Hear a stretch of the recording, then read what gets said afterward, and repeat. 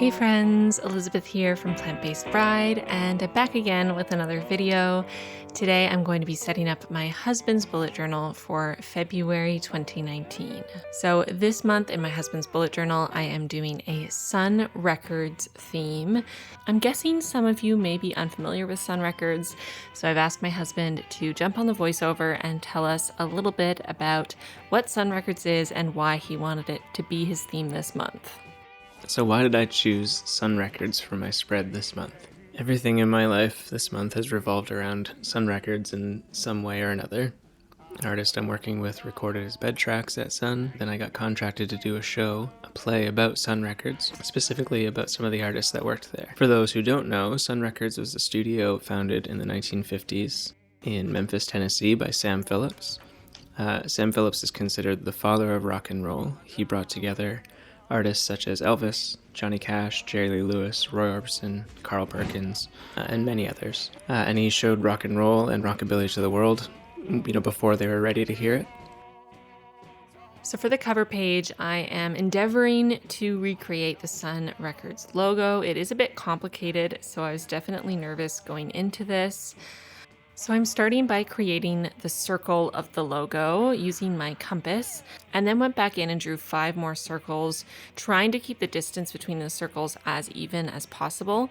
These circles will become a staff going around the border of the logo, so I wanted to try to keep them pretty even, but I knew I'd have the chance to fix any little issues that popped up when I went in to draw the notes. So this logo is sort of a orangey yellow color, so I used my Tombow brush pen in the color 993 primarily to fill in the vast majority of the logo, and also went in with my dark gray Tombow in N65 for those gray accents. I used a blown up version of the logo that I printed as reference because I was trying my best to make this super accurate to the actual logo.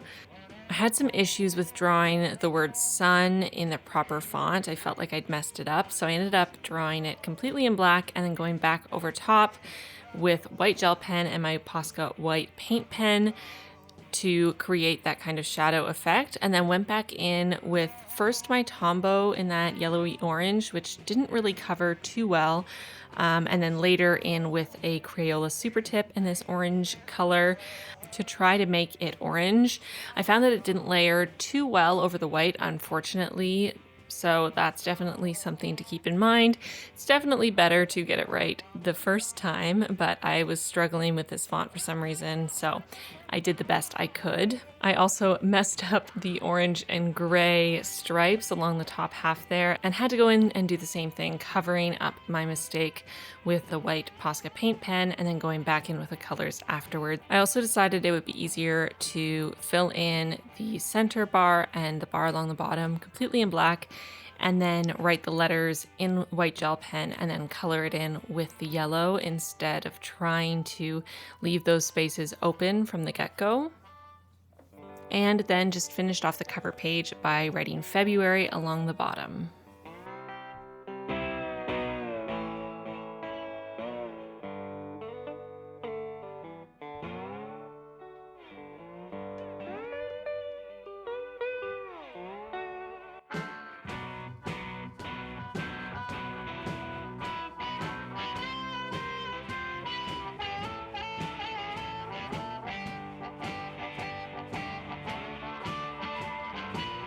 Now I'm moving on to the monthly spread and keeping this one pretty simple as per usual. Jason likes his bullet journal to be pretty simple. It's definitely more about function than form for him. I went with a simple block font for the lettering and then added a mixing board in the lower right-hand corner. This mixing board was based on some from that time period that I found on Google Images, and I kind of combined a couple different ones together, and it took some creative license to create my version of a mixing board. While I'm creating this mixing board, I thought it would be interesting for all of you to hear a little more from Jason on how he likes having a bullet journal, his thoughts on having a bullet journal so far. I get a lot of questions from you both on YouTube and on Instagram about how he's liking having a bullet journal, if he has any feedback. So I asked him if he had anything he wanted to say on the subject.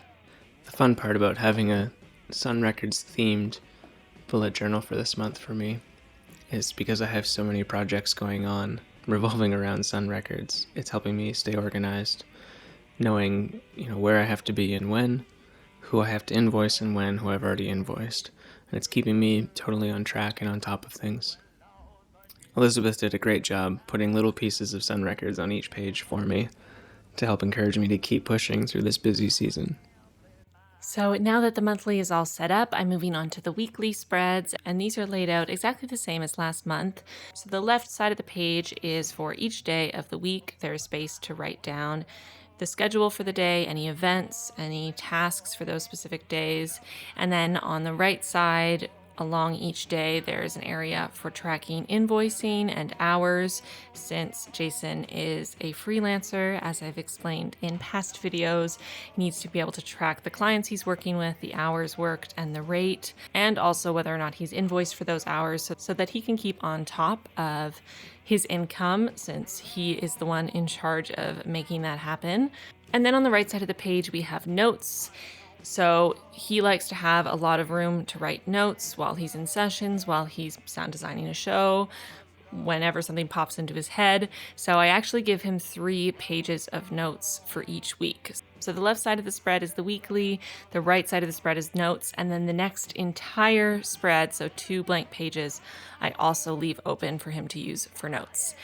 But as per usual, I do like to add a little something to the notes pages, so I add a little drawing in the lower right-hand corner of each spread. So the first one here is a line art style drawing of Elvis. The second drawing is a vintage microphone. As I mentioned in my February setup video that I posted last week, go check that out if you haven't seen it already. This week is going to be the giveaway, and this month I'm going to be giving away a pack of Crayola Super Tips. So if you would like the chance to win a full set of these Crayola Super Tips, the rules are very simple. All you have to do is be subscribed to my YouTube channel and turn on the notifications. Give this video a like and leave a comment down below. The comment can say whatever you like. Just make sure you include your Instagram handle and that you're following me on Instagram with that same account so that I can easily find you and let you know you've won the giveaway. If you don't have Instagram, it's okay to follow me on a different platform. Just leave your username where you followed me so that I know where I can contact you. So good luck entering the giveaway. I'll be choosing a winner on Wednesday, January 30th, and contacting them to let them know that they've won. The third drawing is a line art rendition of Johnny Cash. And the final drawing is a tape machine.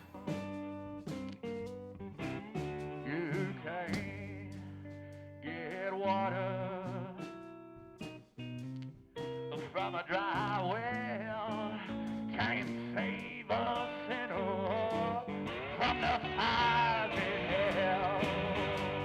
No. So that's it for this quick setup this month. Again, keeping it pretty simple, sticking to one accent color, this orangey yellow, and keeping everything in the family of Sun Records, of some of the artists that made it famous, and some of the tools that they used to record songs that we still listen to and enjoy today.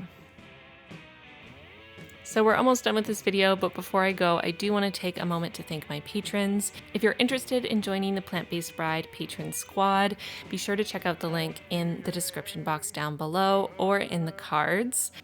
We have a number of new patrons since last week, and I'm so excited to welcome Maria, Cassandra, Laura, Elizabeth, and Kathleen to the Plant-Based Bride Patron Squad. I am so grateful for all of you. I can't wait to get to know you better. So that's it for this week's video. Thank you so much for watching, and I will see you very soon in the next one. Bye, friends.